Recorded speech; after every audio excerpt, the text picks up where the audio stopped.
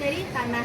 Kenalkan saya Anastasi Jalini dengan NIM 24010505252 dan sebelah saya Fadia Salma dengan NIM 240105024 dan saya Hanifah Khairunisa dengan NIM 24010500248. Itu video yang akan kami tampilkan.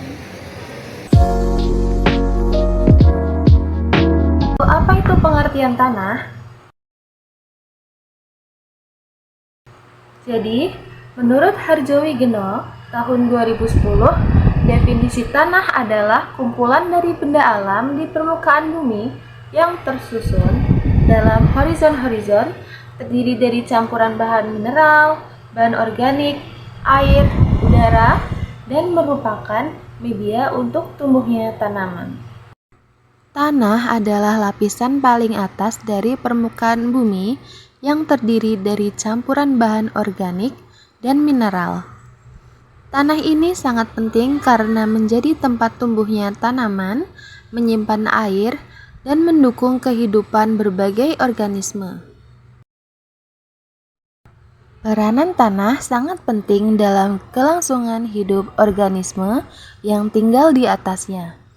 Khususnya bagi tanaman, tanah menyimpan banyak mineral dan bahan organik yang berguna bagi tanaman.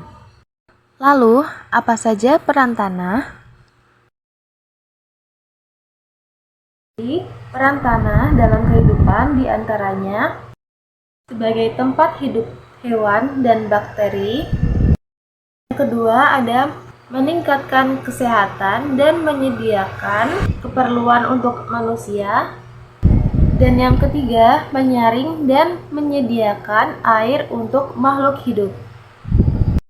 Selanjutnya ada pencemaran tanah. Apa sih pencemaran tanah itu?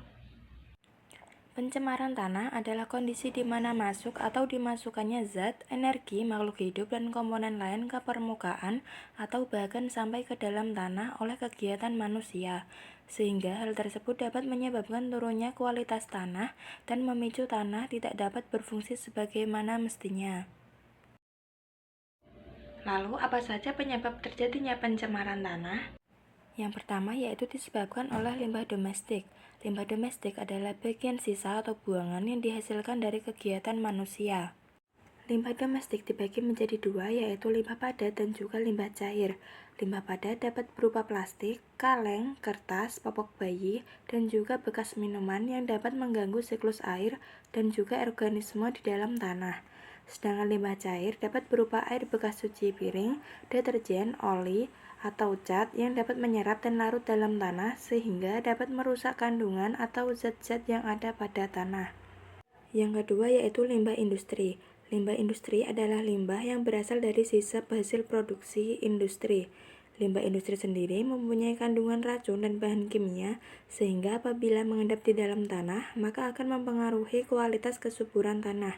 Misalnya pembuangan minyak dan juga pembuangan sisa hasil industri seperti kertas, krayon, dan lain sebagainya. Kemudian ada limbah pertanian.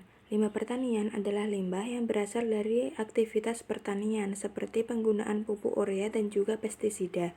Penggunaan pestisida dan pupuk secara berlebihan dan secara terus-menerus dapat merusak komponen tanah, mengurangi kesuburan tanah, bahkan dapat mematikan mikroorganisme yang ada di dalam tanah.